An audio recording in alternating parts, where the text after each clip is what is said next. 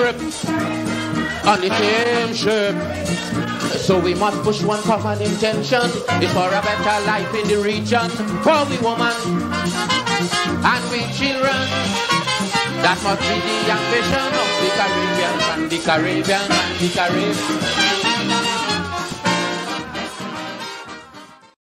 Welcome to today's edition of Politics 101. Good evening to most of you. Good night to some of you. Good afternoon to some of you. Wherever you are in the world, welcome to Politics 101. It's our Thursday night edition. And of course, the big news continues to be the teachers' strike. The teachers' strike, which is in its second week.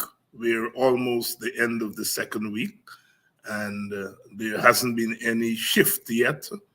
I was on a program in the Caribbean, I think yesterday morning, and they were asking me who I think will blink first. It was quite a difficult question to answer.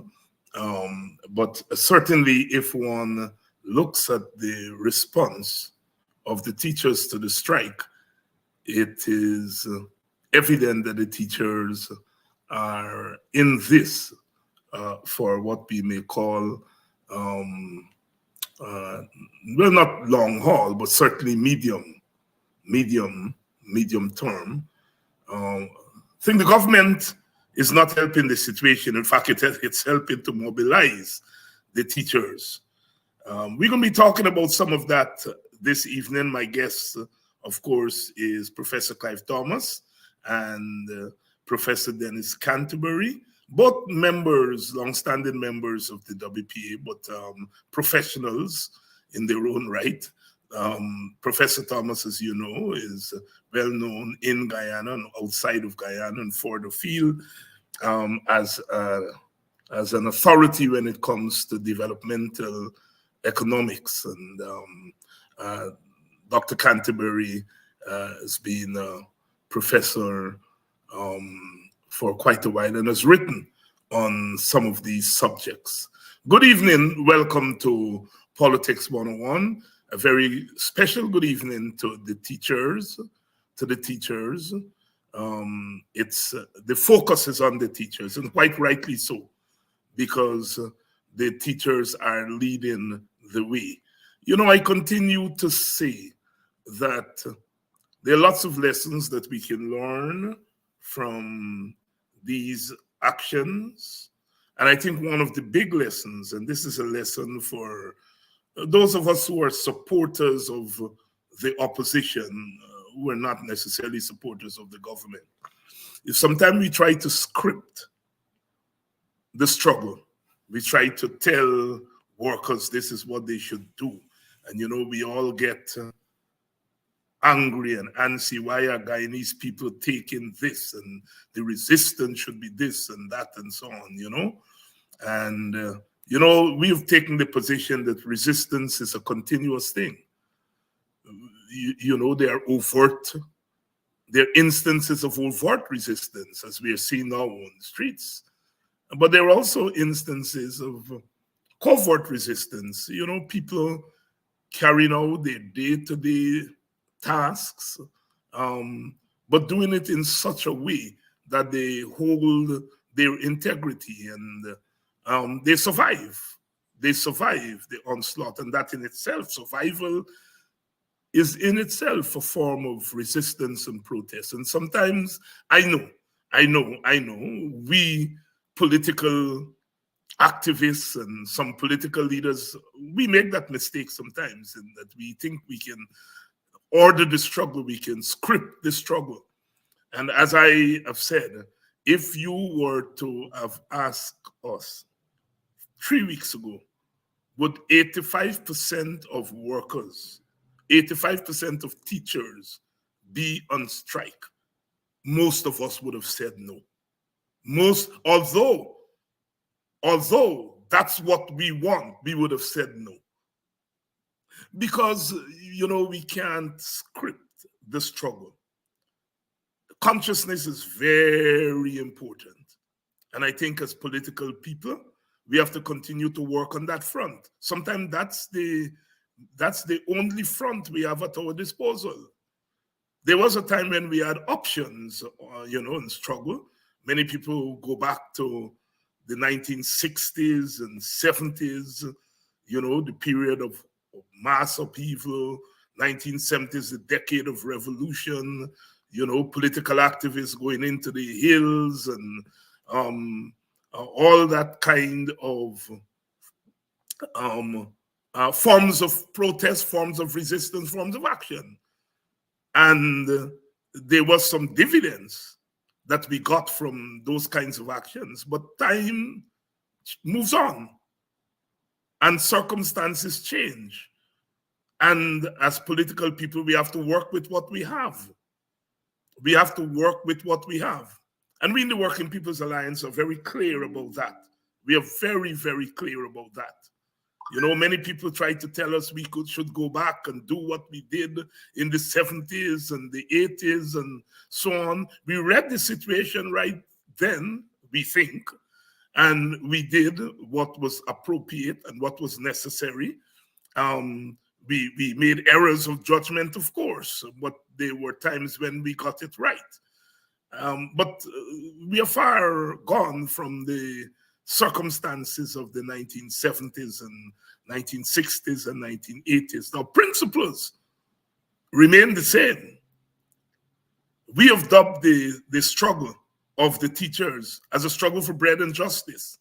It's a term that was coined by Professor Clive Thomas in the 1970s. I grew up on that slogan for bread and justice. That this whole thing about the political strike and all of that, I mean, it's a strike for bread and butter is also a strike for justice. And so the principles that we fought for back then, some of those principles are still with us and we fight for those principles. But the circumstances are different. And we have new generations of Guyanese who are growing up and coming of age in different circumstances. And we can't expect them to go back and reconstitute the 1970s in their minds and so on. We have to work with them where they are. And we have to contribute to that socialization. We have to contribute to the consciousness. I keep saying over and over again that it's a mistake that some of us made to have given the impression 2 or 3 years ago that Guyana wasn't going to get any money. The contract was so terrible and Exxon was carrying away everything. It is not that the intention of that critique is bad. No, Exxon is indeed carrying away a lot. But we are also, comparatively speaking with what we got before, we also getting a lot. And the government used that propaganda because, of course, the government is saying that we are responsible for the development and the GDP, the rise in the GDP and the growth rate and so on. And we in the WP have been saying, no, it's the windfall from the oil and gas. And a lot has gone into play with that. It is the volume of the oil reserves, as Professor Thomas would argue. It is the quality of the oil. It is at a particular time when the prices on the market are not as low as they were at some time. We had the war in Ukraine that gave us some resources that we weren't expecting. And so there are a lot of factors that go into it. But the fact of the matter is that we have more money now than ever. And the leaders are saying, and the teachers are saying it openly on the picket line. They're saying it openly on the picket line. There is money. And you don't want to say you told us, we told you so, but the fact of the matter is that some of us have been saying that while some others have been saying, oh no, it's better the oil remain in the ground and all that story and so on. No, we are in sympathy with the environmentalists. We are in sympathy with the view that we have to be careful that the oil does not become a curse. We don't unsubscribe to those views, but we are arguing it can be either that or nothing. And we are glad that the teachers, and by extension the Guyanese population, have come to the realization that Guyana is not the same as it was before First Oil. We are a petro state now, and that comes with a lot of changes. That comes a lot of change. Some people say, well, the GDP, never mind that. Well, the GDP means something. The GDP means something. Ask the teachers, and they're going to tell you that rise in the GDP means something. It helps their argument for a living wage. We got that right. And we in the Working People's Alliance are glad that we were on the right side of that issue. We are on the right side of that issue. We got it right.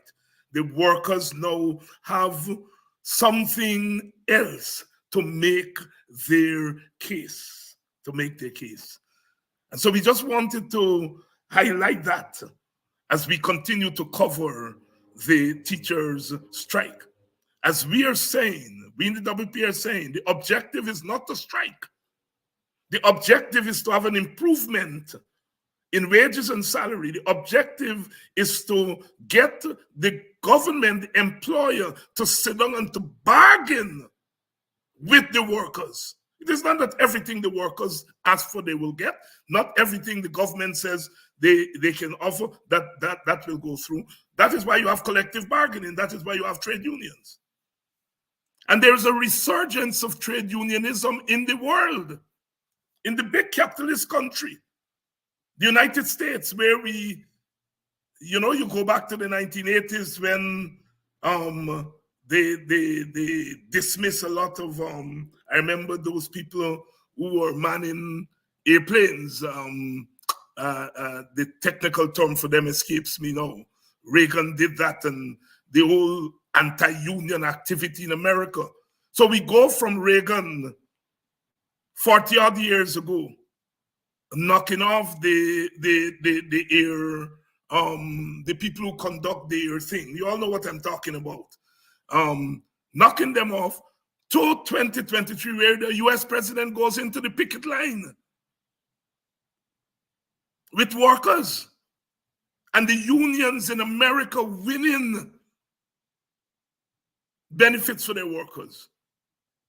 And in that context of the resurgence of trade unions, we have to locate ourselves, because if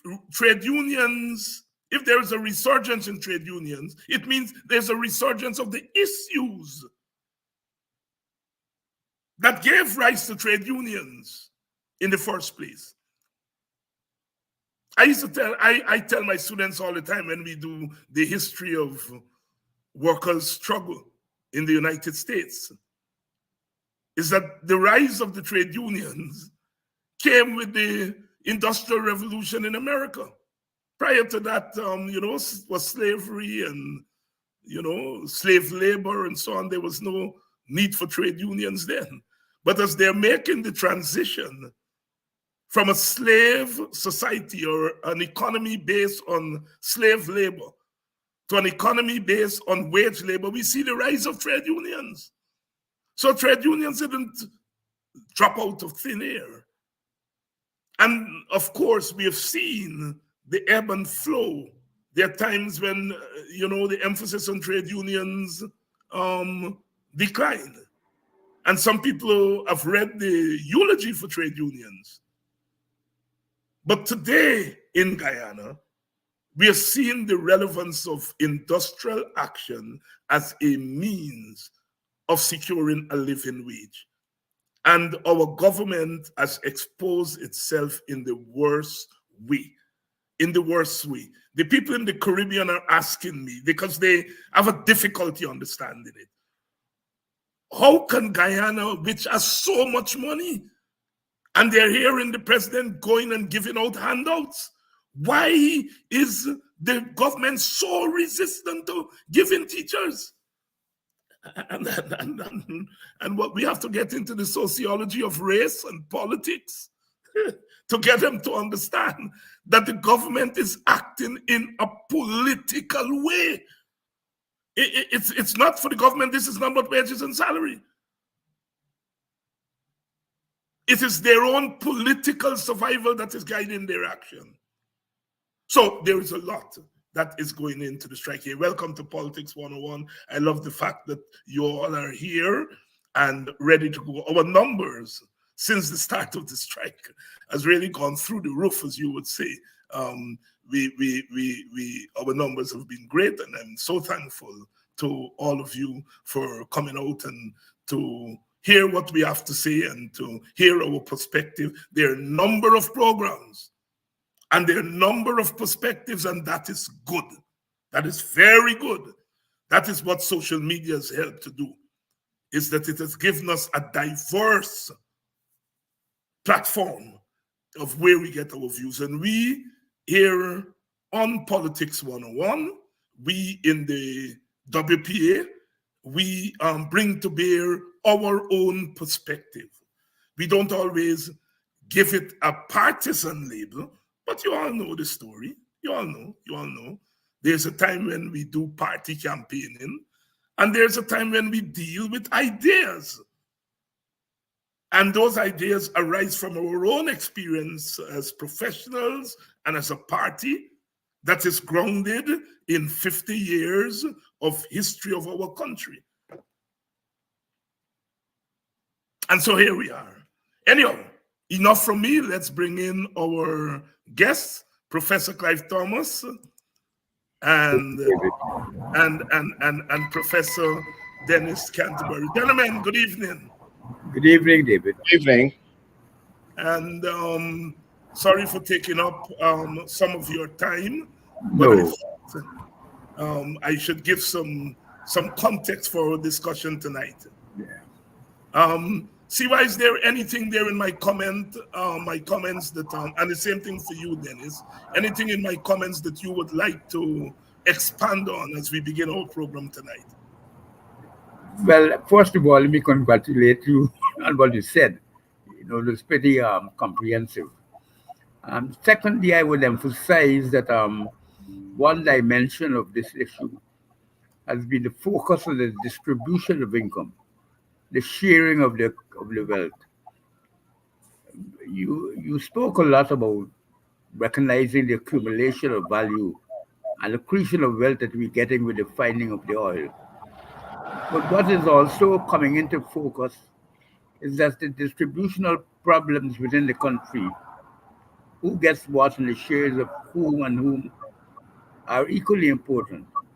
And that is at the heart of the strike of the teachers. Because they fight for a living wage, they're fighting for the advancement of their relative position in the society as a whole and the economy as a whole. You remember last time I made the observation that history seems to suggest that working class advances or support for change tends to grow more rapidly when the prospect for change rises rapidly.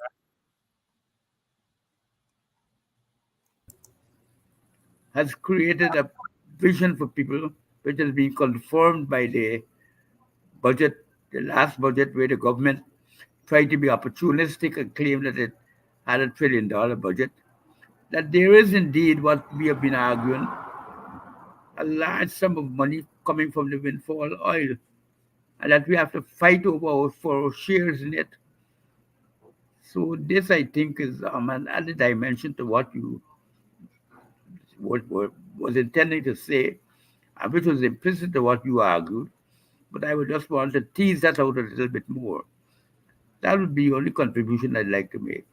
Thank you very much, Professor Clive Thomas. And of course, the observation that you make there, it is very important, because we are not accumulating wealth for the sake of accumulating wealth. That wealth has to be part of the development, the improvement of the living conditions of our people, the material conditions of our people. Professor, as I said, I do a weekly program in the Caribbean, and one of the questions that was posed to me was whether I thought that Guyana should put together its own Petro-Caribbean, outreach to the rest of the Caribbean. Yes, because I advocated that to you before. Yes. That's my position. Yes, and I was able to quote you and to put it in historical context, that we don't see it any other way.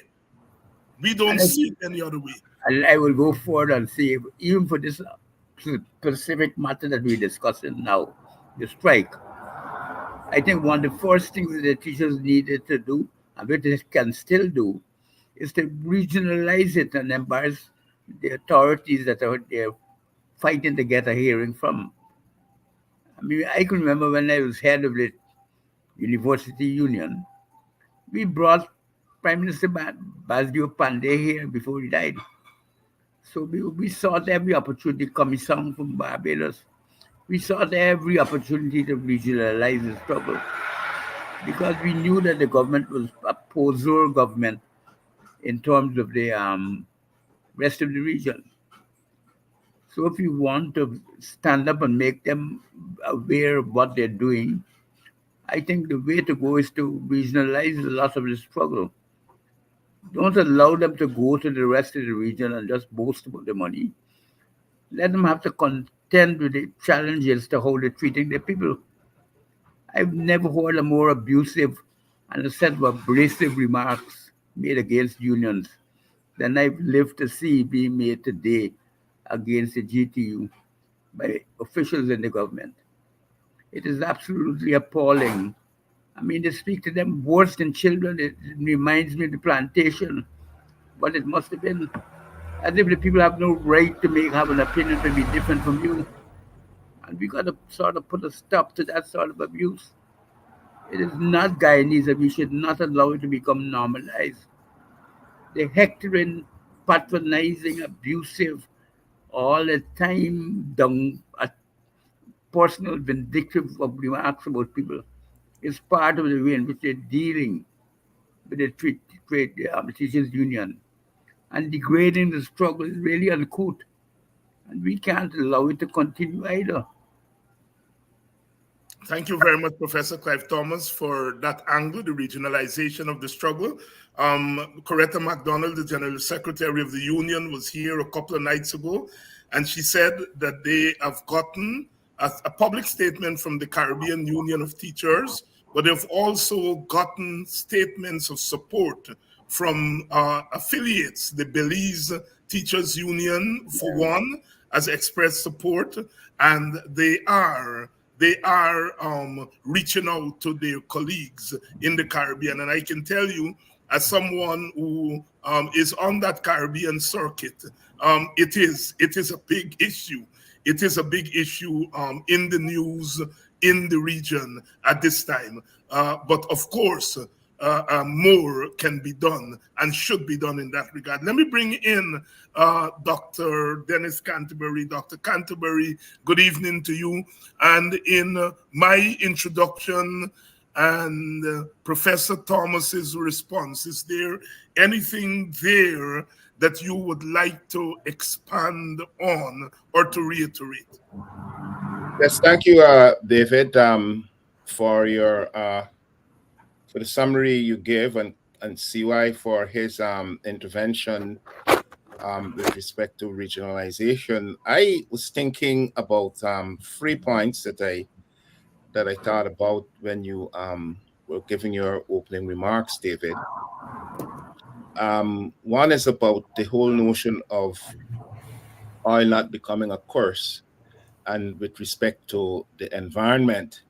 But I would like to add to that, not just the environment, but also not becoming a curse in terms of the sort of conflicts that we've seen can be generated from when we come look at other oil producing countries, as well as this whole question of having all of this money, but yet poverty continues to persist.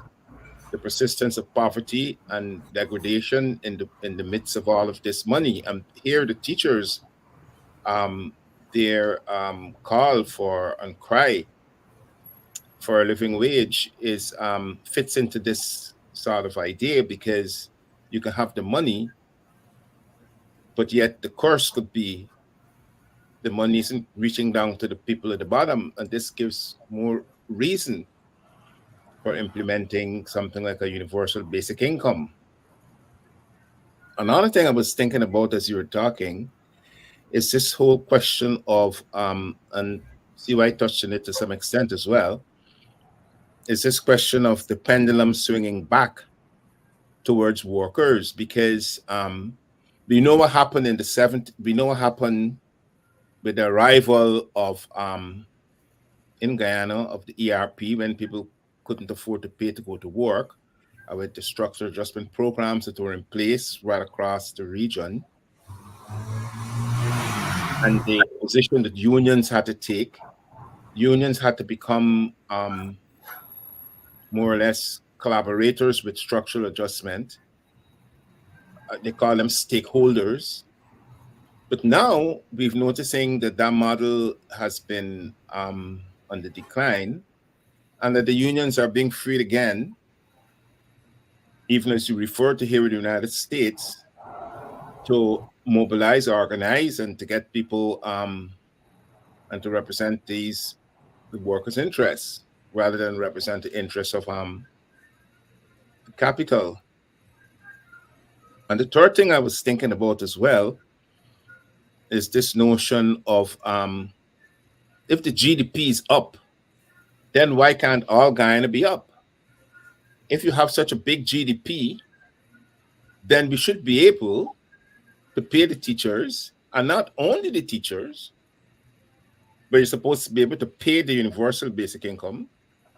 You're supposed to be able to pay all workers, government workers, at a better rate, because the GDP is up, the country must be up. The GDP can't be up and the people are down,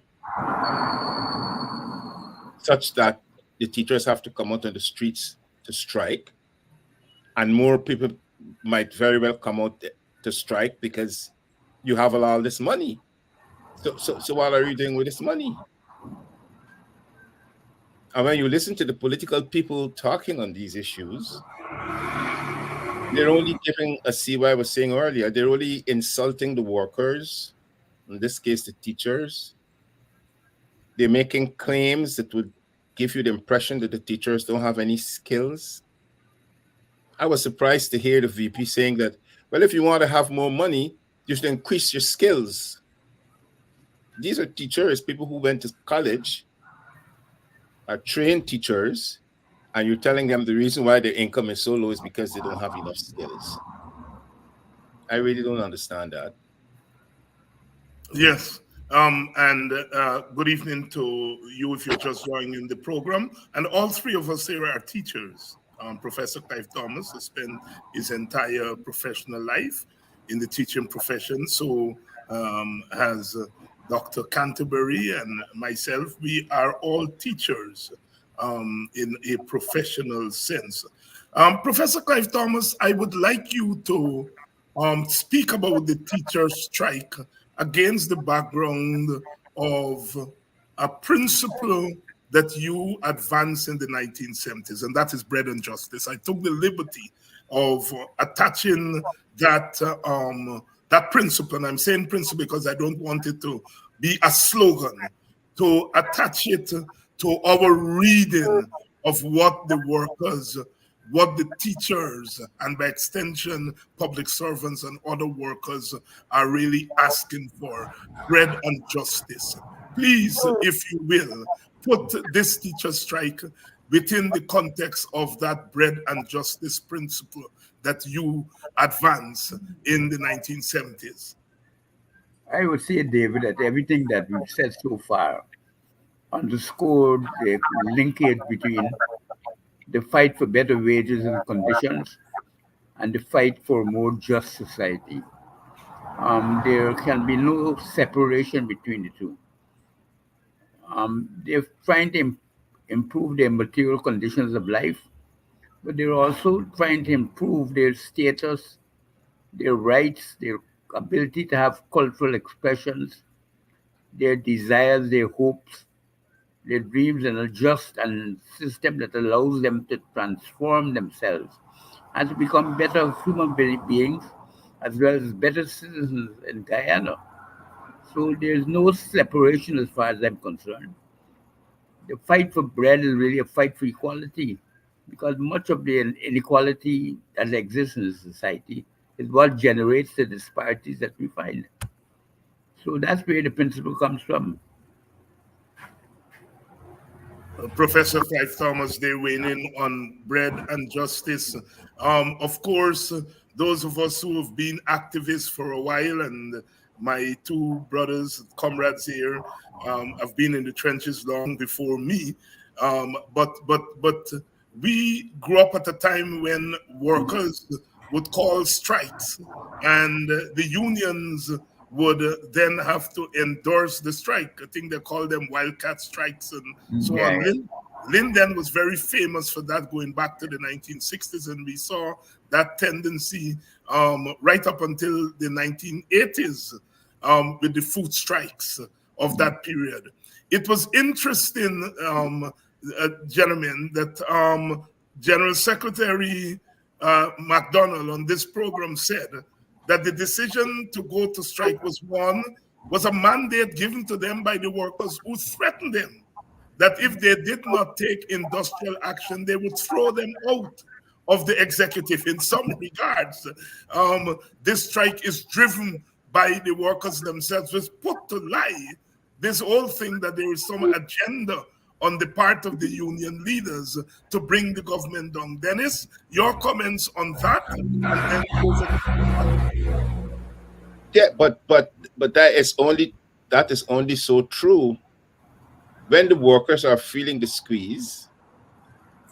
Then they have no other choice but to express the fact that they're feeling the squeeze, and the union executive has nothing else to do but to support the workers because that's why they're there. So it puts the myth to the idea that they there is some kind of a political agenda or some secret plot by some others to quote unquote bring down the government because this is the direction and political strike, etc. This is what they want to argue.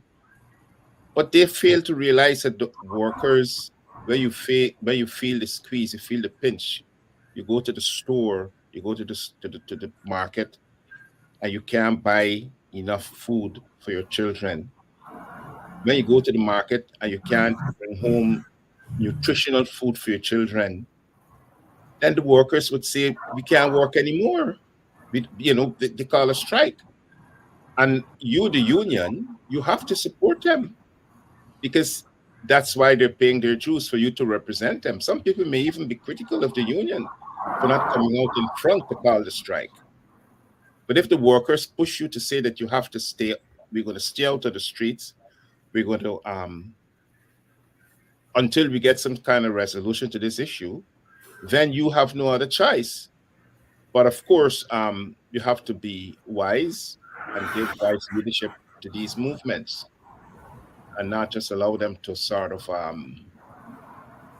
just flow and take their own course, as it were, because when that happens, then might be more injurious to the union as well as to the workers.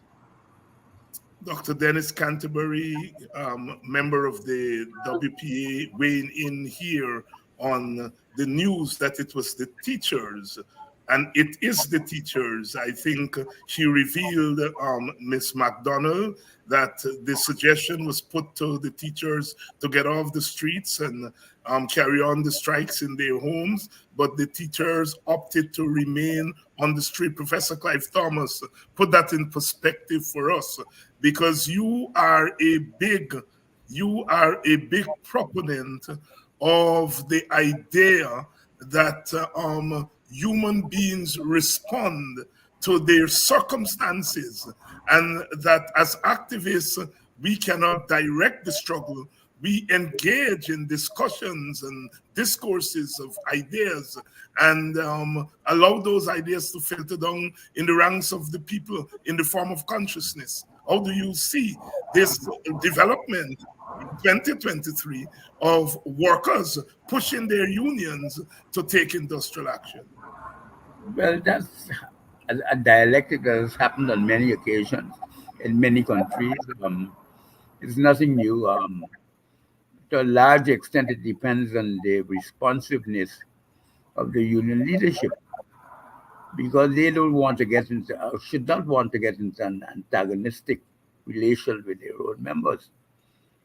And what you want is a relationship between the two that is interactive and overall, therefore, creative. They come together and they give a multiplication of the fact that there are more than two persons or two groups that are contending. They come together and give a far greater response than they could have given separately. And I think that's when the movements tend to be more and more progressive, more and more prosperous in their expectations, and more successful. It depends on that symbiotic relation between leadership and membership. One reinforces the other. One reinforces the other. Professor, one of the revelations of this teacher strike, something that I think took the government by complete surprise, took the union by relative surprise, and took all of us by surprise to some degree or the other. And that is the participation of Indian Guyanese teachers in the strike. Not just their participation, but their vocalness. They've been very vocal, especially in the Essequibo and in Berbice, where you tend to have more Indian Guyanese teachers, and that they have been open. The Vice President Jack Dio crude response was that those teachers are being misled, but at the end of the day, they will vote for the PPP. And again, nothing can be more insultive to workers. Professor Clive Thomas, please comment on that interracial, multiracial response to this issue that the teachers are calling bread and butter. Well, coming from the WPA, where we are a multiracial party, and where we believe in bread and justice as the slogan of the WPA itself, I find that this is a very hopeful sign to me. I had believed over the last year or so it might be difficult to reconstitute the possibility of having struggles around common interests, like improving with the living wage for workers and resisting the authority. The authority is just because they are denying the giving of that minimum wage or that living wage. I thought it might be very difficult to reinvigorate those times. But I was very happy to see that it has happened. All the photographs I've seen have been pleasing in the fact that they seem to cover a wide spectrum of Guyanese. Every photograph I've seen.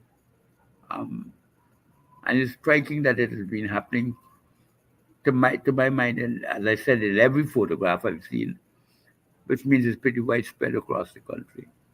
Because I don't think the unions are dictating what the press photographs. Right. I think the press are doing their own work, and that is a sample what in fact is happening on the ground. Yes, and we have to commend. I want to do so publicly here. The press, the media, for its coverage of the strike. Of course, I read the two independent dailies, the Kaituur News and the Stabroek News, and I think they've been doing a fantastic job of covering the strike. They're going out into the rural areas and the pictures and the stories. We see Amerindian teachers in the riverine areas traveling by boat to go to central spots. And the media, I think they've done a fantastic job at covering this strike and allowing us to form opinions. Yes, CY, go ahead. I would say also someday more thoughtful and lengthy and subsidiary media like Demerara Waves and so on. Right. Yes.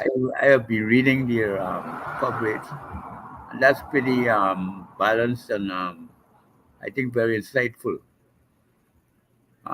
They had up to this today itself, I think this morning about 9 o'clock, they put out a summary statement on where the strike was at this point in time, which I thought was excellent. Yes, thank you. And those of us who have been saying that the traditional media is dead and social media is taking over and all of that kind of stuff, as a program that is grounded in social media or originates in social media, we also broadcast in the conventional media, and we by no means feel that the conventional media is spent. And certainly they have shown with their coverage that there is still a space for conventional reporting. Really brings to bear how dynamic our society is, and that there are changes, but there are some constants even as we change. Dennis Canterbury, your comments on the multi-ethnic face of the strike and the role of the media in covering the strike. Sorry, Of course, I endorse what CY and yourself said on this issue, but I would like to look at the this other part of it that you mentioned about the statement from some people that the Indians might come out on strike, but then they know how to vote. I think this is a long and old issue. And I think I can remember reading somewhere where Dr. Jagan said that Hubert Nathaniel Critchlow was the Black Colesby, because Colesby was the quote-unquote colonial representative of the Indians. And so from since then, there is always this notion that Indians in Guyana need a representative. And so the PPP set itself up as the representative of Indians. So that's the origins of that statement. They're going to still vote for us because we're your representatives. But that's not true. These people are workers, like every other worker. It's a myth to say that they're all Indians. I think that if you apply this whole notion of class to this whole process, which some people don't like to do, but then you have a ruling elite. You can't say that the ruling elite, the people in Georgetown who are running the country, have the same interests as the man in the quarantine who with the cast net throwing for fish. They don't have the same interests. And so the teachers will very well come out and strike to represent their interests, because they're the ones, when they go to the supermarket or they go to the marketplace to buy, they're the ones who are feeling the pinch. So therefore, it is in their self-interest that they're out there strike, on the picket line. And so you cannot say that they're going to vote for you. It might very well be so indeed that they might do that. But I think that you can't really, I think that there must be a way how to reverse that trend, because people are actually working in the self-interest. Yes, and then when people have multiple interests, they have political parties and interests. And if they see the political parties' interests wrapped up in the PPP, that's their business. But they all see their class interests wrapped up in their union. And so we have to leave space. I think that's what you're driving at, for people to express themselves based on their multiple interests. You see their class interests, their partisan interests, maybe their ethnic interests. I think this is what is so remarkable of what happened here, is that the Indian Guyanese teachers are very clear about where their class interest is, and that is what they're giving preference to at this point in time.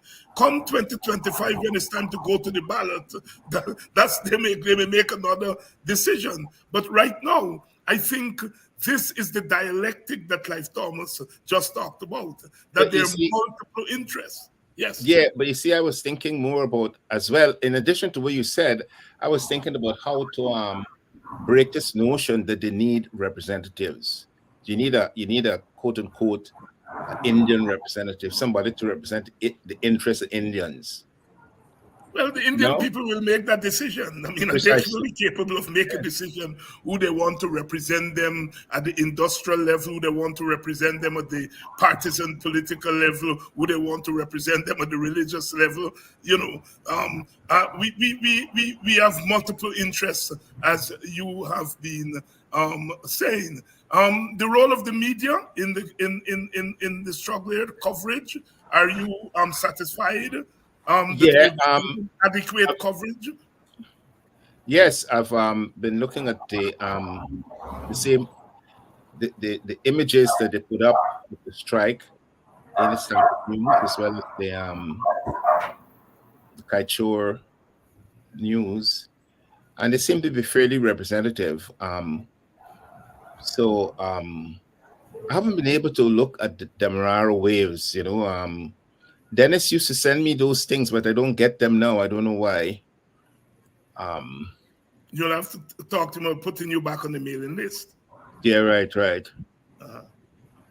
Yeah. In case you're just joining us, you're on Politics 101 on a Thursday night. Of course, this is the place to be at 7 o'clock Guyana time. We're continuing our coverage of the teacher strike.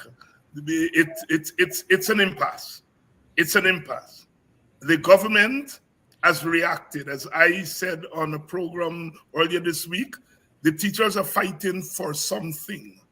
The government is fighting against a lot of things. They're fighting against unionism, the right to collective bargaining. They're fighting against the teachers, asking for a fairer distribution of the resources.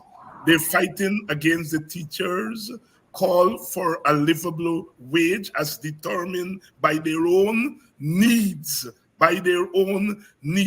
They're fighting against the drift of the world. The world is drifting back to an emphasis on trade union representation.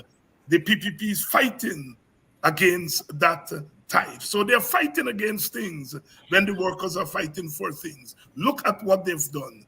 They have deducted, they have officially sent around that MOU saying, well, not MOU, that circular, saying that they have deducted from the teacher's salary, those teachers who are on strike. They've stopped deducting union dues from the teacher's salary. They have insulted the teachers.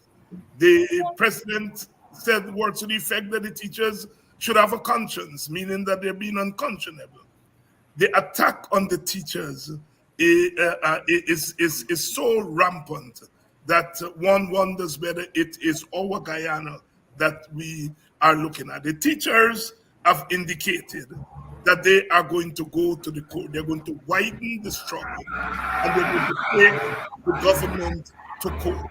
Professor Clive Thomas, you have been, among other things, a trade unionist. You were once the president of the UG Workers Union. Back in the old days, it used to be the University of Guyana Staff Association. Then it became UGW. You functioned for a long time as the head of that union. You were on the executive of the Trade Union Congress. You've advised trade unions, so you are not a newbie when it comes to trade unionism. How do you see this moving forward, given what we have seen? The chief labor officer is refusing to go to conciliation and arbitration. How do you see this going forward?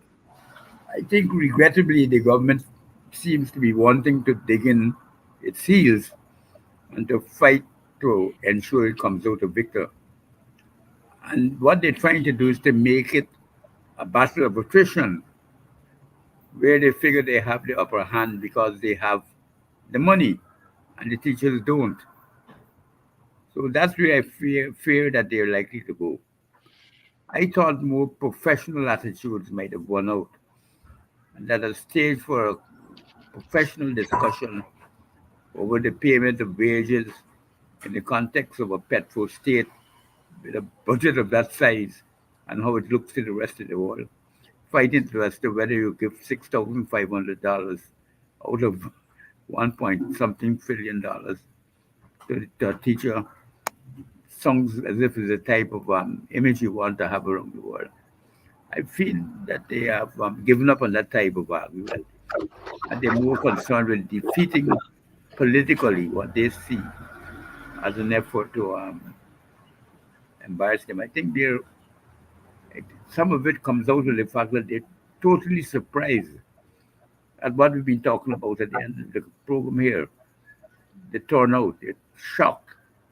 They probably never expected that their people would have enough of an interest in the living wage dimensions of their life to strike against them. And they were hoping to break their strike in that way. But I understand that it's uneven in some areas. I heard from some people that some of the major school institutions, particularly when I went to, Yes. doesn't have many people striking, which is embarrassing to me at a personal level. Yes. Yes. And I'm so glad that you mentioned that, because it introduces another dimension. You go into the areas, the country areas, the East Coast, the West Coast, the Essequibo, parts of Berbice, and you see the strike there. And you sense the vigor, yeah. And then you come to these so-called elite schools, yes. The petty bourgeoisie, yeah. The petty bourgeoisie and there. Dennis, the class dimension never goes away. It's there. And we have to contend with it at every twist and turn. Yeah. I was speaking with someone from one of those schools in Georgetown who is not on strike. And I said, why? And the person, I got the sense that there's also some level of intimidation and fear of the petty bourgeoisie is known for fear.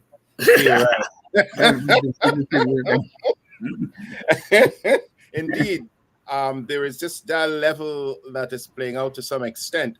But in terms of where they're going with this, I think that CY sort of assessed it in the correct way, because they want to hold out, I think, to see, because they can't, the teachers at some point, because they have to get money to take care of themselves. And if the government is going to hold back the money, then the union, if they don't have the money to pay out enough strike relief, there's going to be some problems there, right? But to show that how these people, how they perhaps the authorities are sort of prepared to hold out, as CY pointed out.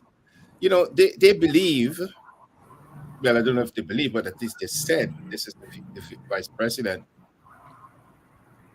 attacking the teachers, claiming that they're more or less lazy, saying that 30% of them don't go to work. It's only 70% of them show up for work. And when they show up for work, they're showing up late, etc. So rather than trying to help to address the issue in an amicable way, they seem to be on the offensive, attacking. So, for example, again, we have the same person claiming that the teacher-student ratio is favorable to the teachers, and therefore they shouldn't be striking. But the workers aren't concerned. Well, the workers aren't striking because of teacher-student ratio. They're striking because they want better wages. So they seem to be, in order to push people off and to show that they're doing such good things with the last budget, and they've done so many good things for the teachers, that they're improving school buildings, they're doing all of these things, and the teachers should be grateful. But if you have a building, it's the same argument, perhaps, which might be very much supportive of the idea about taking monies from a particular place to help to pay them, or let them think about where to get the money from to do it. Because people don't eat roads, or people don't eat these buildings. They need food to eat to survive, right? So in my view, I think that the future really is, as CY suggested, they're going to dig in, because these kinds of critique and insults that they're giving, meeting out to the teachers, is a clear indication that they want to dig in. There is no, and then the labor department, right? I remember in the days when we were, you could have easily gone into the labor department to get certain things done with the chief labor officer. But now, if the chief labor officer is in the pocket of the government, it would seem, then how it is that you're going to really get the chief labor officer to move in a certain direction favorable to labor? That's the problem. Professor Dennis Canterbury here weighing in. Dr. Thomas, as we come to the end of the program, any message for the teachers from the WPA as the strike comes to the end of the second week? Yeah, we advise them to keep up the struggle as long as they can and can afford it. And I'm sure we're willing to give them any advice or any sort of brainstorming they want to have an issue to participate in that. Thank you very much, Professor Thomas. Thank you very much, Dennis Canterbury, executive members of the WPA. Professor Thomas, in his own right, in his own professional capacity as an economist, a trade unionist, someone who has engaged in the struggle of ideas and practice, never separating ideas from practice and never separating practice from ideas. One of my favorite words is, of course, praxis. As a schoolboy, I first heard it from WPA people, and it's a word that, even without knowing what it meant as a schoolboy, it just sounded right to me. As I matured, I realized it was more than just a word. Gentlemen, thank you all so much for coming on to Politics 101 and lending your perspective and your expertise. Thank you very much, David. Thank you so much. Thank you so much. And of course, it's always a pleasure to speak with people who have been in the trenches. Dennis Canterbury is new to the program, but he's not new to struggle. He was once the treasurer of the University of Guyana Workers Union. Professor Thomas, of course, was the president of that union, member of TUC executive. So they are well qualified to speak on this issue. As usual, we want to pay homage to you, the viewers. Without you, there is no program. We are very glad that on this program we can bring a perspective that is unique to us, to our own political culture, our own political upbringing, and our own world view. We are so happy about this strike because workers are standing up. and they're standing up for bread and justice. We are so happy about this strike because workers are prioritizing their interests. That this is not about their ethnic interests. No, this is about their class interests.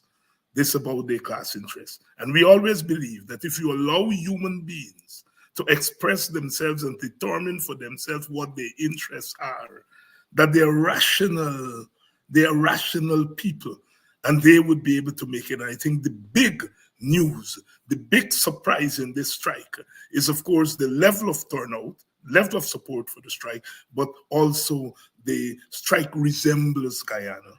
That all our groups are part of it. The WPA, which has tirelessly worked for a multi-ethnic solution to our country. We are heartened by that. We are, of course, heartened by the fact that it is the workers themselves who are answering, the teachers themselves who are answering the government and say, look, you are trying to tell us that it's political, but you are making it political in the worst sense of it, in a partisan sense. And so therefore, they were hoping that will drive a wedge in between the workers, that will drive the workers back into the classroom. Now, we are realistic. This is a war of attrition. We are going to continue to support the workers as much as we can. And we have been doing so both in front of the scenes and behind the scenes. We are very, very, very grateful that you have continued to support the teachers. When our teachers win a just wage, our children win, our communities win, our society win, our country win, and we will be better for it. Thank you all very much. And I'll see you all tomorrow night when we come back for another edition of Politics 101. We are very, very, very grateful for the support that you continue to give to us. Thank you so much. One race from the same place that make the same trip on the same ship. So we must push one common intention. It's for a better life in the region. For we women and we children. That must be the ambition of the